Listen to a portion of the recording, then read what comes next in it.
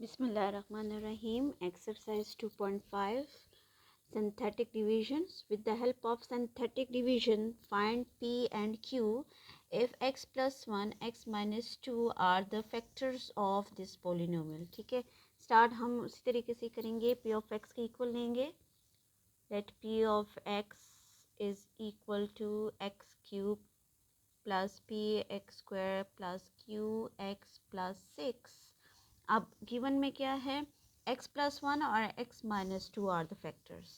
So as x plus 1 and x minus 2 are the factors of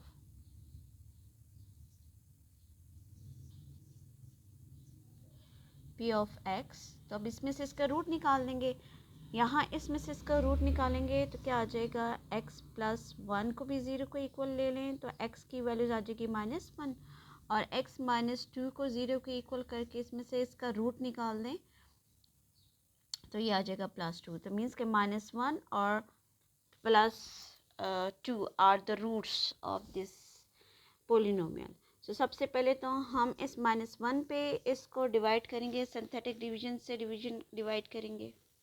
polynomial हमारे पास उसके coefficient ले लिया हमने. कोफिशिएंट x क्यूब का कोफिशिएंट 1, x स्क्वायर का p और x का कोफिशिएंट q और लास्ट में कांस्टेंट टर्म. ठीक है, -1 पे हम इसको डिवाइड कर रहे हैं तो first term as it is आ जाएगी, 1 का 1 आ जाएगा नीचे. ठीक है, अब इस -1 को इस 1 के साथ जब मल्टीप्लाई करेंगे, -1 को इस 1 के साथ मल्टीप्लाई करें तो -1 p के नीचे हमने -1 लिखना है.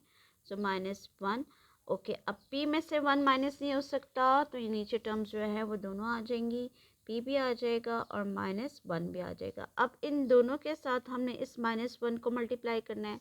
तो -1 को जब हम p के साथ मल्टीप्लाई करेंगे तो -p, q के नीचे आपने वो आंसर लिखना है तो -p माइनस इंटू माइनस हो जाएगा प्लस, तो ये +1. ठीक है, सिंथेटिक डिवीजन जो है वो डिवीजन थोड़ा सा आसान करने के लिए, वरना अमूमन जो सिंपल डिवीजन होती है वो लॉन्ग प्रोसेस होता है.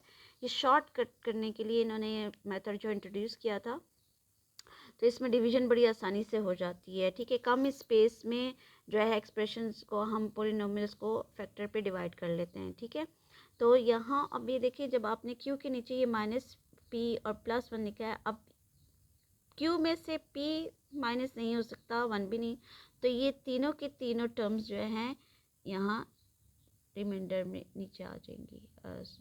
नीचे हम लिख देंगे इसको सॉल्व करके. तो q माइनस p +1. अब यहाँ देखिए हमारे पास है 3 टर्म्स. अब जब 3 टर्म्स हैं, अब इन तीनों टर्म्स को हम इस -1 के साथ मल्टीप्लाई करके 6 के नीचे लिखेंगे. तो थोड़ा सा हम 6 को आगे लिख देते हैं.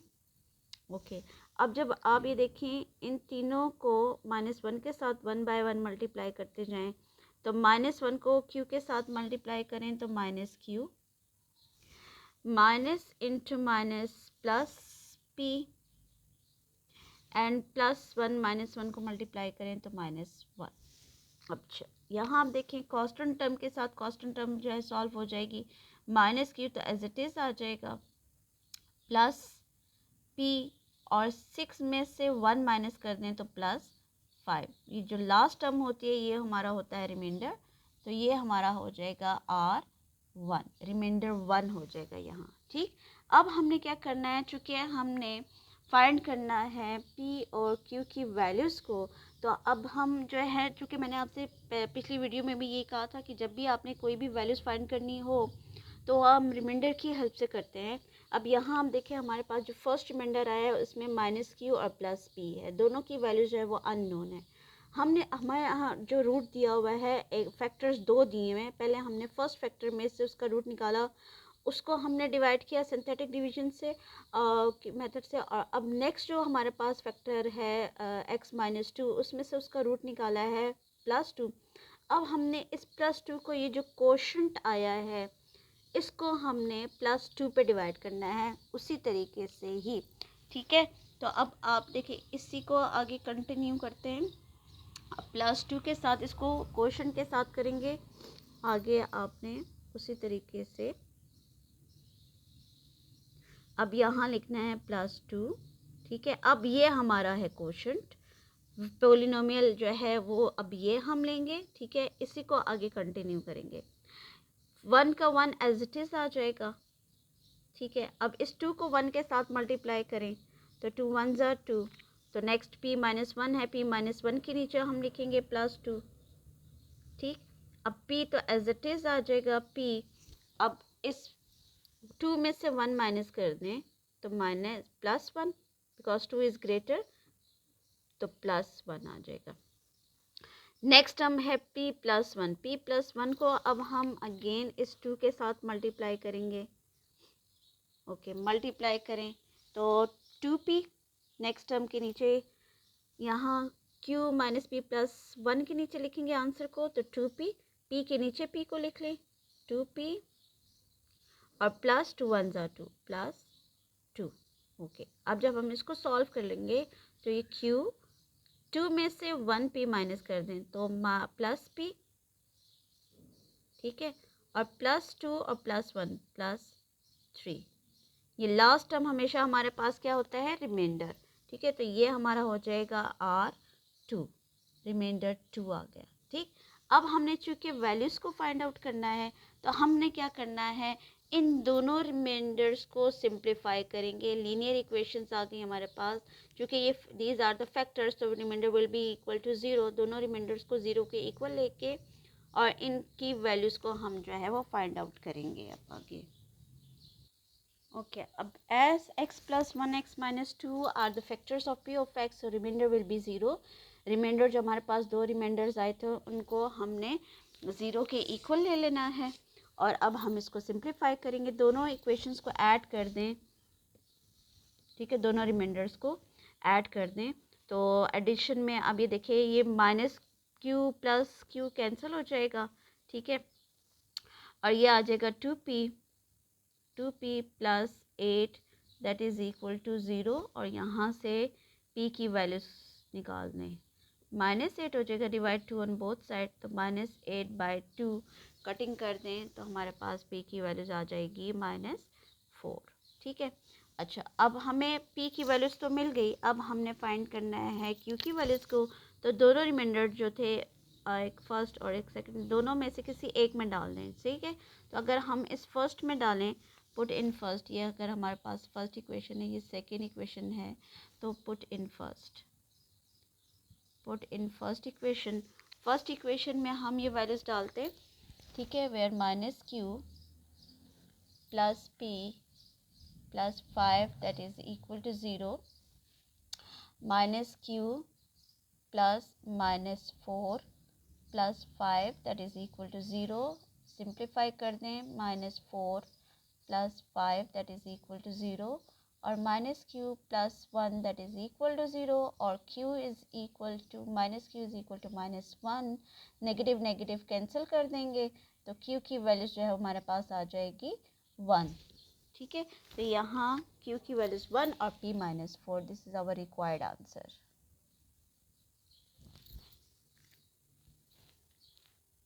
नेक्स्ट क्वेश्चन है 1 root of the cubic equation. Cubic equation हमें दी हुई है x³ - 7x + 6 is equal to 0 is 3, ठीक है। क्यूबिक इक्वेशन का एक रूट जो है वो 3 है। फाइंड द अदर रूट्स, तो अदर रूट्स हमने फाइंड करने हैं इसके, तो सबसे पहले सिंथेटिक डिवीजन से ही हम कर रहे हैं। So let p of x जो क्यूबिक इक्वेशन है इसको हमने 0 को इक्वल लेना है, लेकिन सबसे पहले मेक श्योर कि ये क्यूबिक इक्वेशन में सारी टर्म्स कंप्लीट हैं या नहीं। तो यहाँ अगर हम देखें तो हमारे पास क्यूब है, यहाँ x² की टर्म जो है वो मिसिंग है, तो सबसे पहले तो हम इसको कंप्लीट करेंगे। So p of x is equal to x³, cube के पास 0 आता है तो प्लस इसका कोफिशिएंट जो है वो हम ले लेंगे 0 x² का जो कोफिशिएंट होगा वो 0 लेंगे। जो भी टर्म मिसिंग होगी उसका कोफिशिएंट आपने 0 लेके उस टर्म को कंप्लीट करना है, उस पूरी एक्सप्रेशन को। तो क्यूबिक इक्वेशन है -7x + 6 that is equal to 0, ठीक है। ये पूरी जो है वो पॉलिनोमियल 0 के एक मीन्स के रिमाइंडर विल बी 0। अच्छा, यहाँ अब चूँकि एक रूट दिया हुआ है हमें 3 और हमने फाइंड करना है अदर रूट्स, तो 3 पे हम इसको डिवाइड करेंगे, अप्लाई सिंथेटिक डिवीजन। तो just right the coefficient of x cube that is 1, यहाँ 0 आ जाएगा एक्स स्क्वायर का, और यहाँ एक्स का कोफिशिएंट -7, और लास्ट में ये 6 कांस्टेंट। ठीक है, अब चूँकि 3 जो है वो दिया हुआ है, 3 इज़ द रूट, सो 3 पे डिवाइड कर दें इसको। फर्स्ट 1 एज इट इज़ आ जाएगा, 3 के साथ इस 1 को मल्टीप्लाई करें, 0 के नीचे लिखें, 3 1 ज़ा 3, 0 में से 3 माइनस करें तो 3 ही आएगा। ठीक है, ओके, नेक्स्ट हम 3 आ गई, फिर अगेन 3 को इस 3 के साथ मल्टीप्लाई करें तो 3 3 ज़ा 9, 7 के नीचे 9 लिखेंगे। अच्छा, अब इस 9 में से 7 को माइनस कर दें तो ये आ जाएगा जी +2। अगेन अब इस 3 को इस 2 के साथ मल्टीप्लाई करें, 3 2 ज़ा 6। तो अब ये देखें, आप जब 6 में से 6 को माइनस करेंगे तो ये हमारा 0 आ जाता है। सॉरी, ये हमारा -6। ओके, यहाँ क्वेश्चन मिस्टेक हो गई थी, -6 है एक्सप्रेशन में। ठीक है, जो इक्वेशन है उसमें -6, तो -6 + 6 हमें रिमाइंडर 0 दे देता है। ठीक है, तो ये हमारा रिमाइंडर जो है वो 0 आ गया। अब चूँकि देखिए हमने फाइंड करना है रूट्स, वैल्यूज़ आप फाइंड करेंगे रिमाइंडर की हेल्प से, और रूट्स जब आ जाएगा कि सिंथेटिक डिवीजन से फाइंड द रूट्स, तो वो हम लेंगे कोशेंट की हेल्प से हम रूट फाइंड करेंगे। तो सबसे पहले आपने इसका कोशेंट लिखना है, वेयर कोशेंट ऑफ एक्स, मैंने आपसे पहले भी कहा था कोशेंट, जब मैंने आपको वीडियोस में बताया है कि कोशेंट जो है वो जब भी हम लिखते हैं तो डिग्री जो है डिवीजन में ज़ाहिर है डिग्री रिड्यूस होती है। तो यहाँ चूँकि ये क्यूबिक इक्वेशन थी गिवन में, तो डिग्री रिड्यूस होगी, तो यहाँ क्वोशंट में हमारा ये 1 के साथ एक्स स्क्वायर आ जाएगा, मीन्स कि ये 1x स्क्वायर, ठीक है, +3x + 2, यह क्वोशंट आ जाएगा, दैट इज़ इक्वल टू 0। ठीक, अब क्वोशंट भी हमारे पास 0 आ गया। अब आपने फाइंड करना है अदर रूट्स, तो क्वोशंट की हेल्प से हम करेंगे। तो अब चूँकि देखिए यहाँ डिग्री 2 है, तो मिड टर्म ब्रेक से हम इसको सॉल्व कर लेंगे, फैक्टराइज करके हम इसके रूट्स को फाइंड आउट कर लेंगे। सो सबसे पहले जो एक्स स्क्वायर के साथ है 1, तो 2 1 ज़ा 2 चाहिए, और प्लस करने से 3, तो ये आ जाएगा जी first term x square first term, और ये लास्ट टर्म हम एज इट इज़ ही लिखते हैं। चूँकि मिड टर्म को ब्रेक आउट करना है, तो मिड टर्म को ब्रेक करें, तो 2 1 ज़ा 2, 2x और प्लस 1x, तो 2 और 1 को ऐड करें तो 3 आता है। ठीक है, और 2 1 ज़ा 2, ग्रुपिंग कर लें मिड टर्म ब्रेक से हमने इसको फैक्टराइज कर लिया, ग्रुपिंग कर लें, x कॉमन आ जाएगा, x + 2, और यहाँ से 1 कॉमन आ जाएगा, x + 2, that is equal to 0।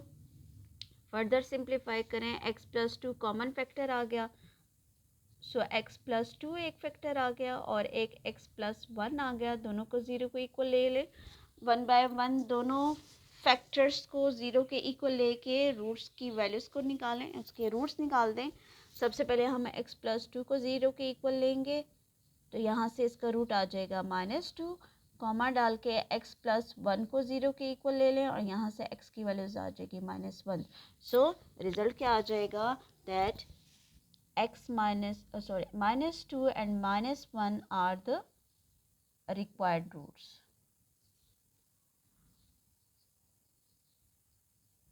ठीक है, तो ये आंसर हमारे पास आ जाता है लास्ट में।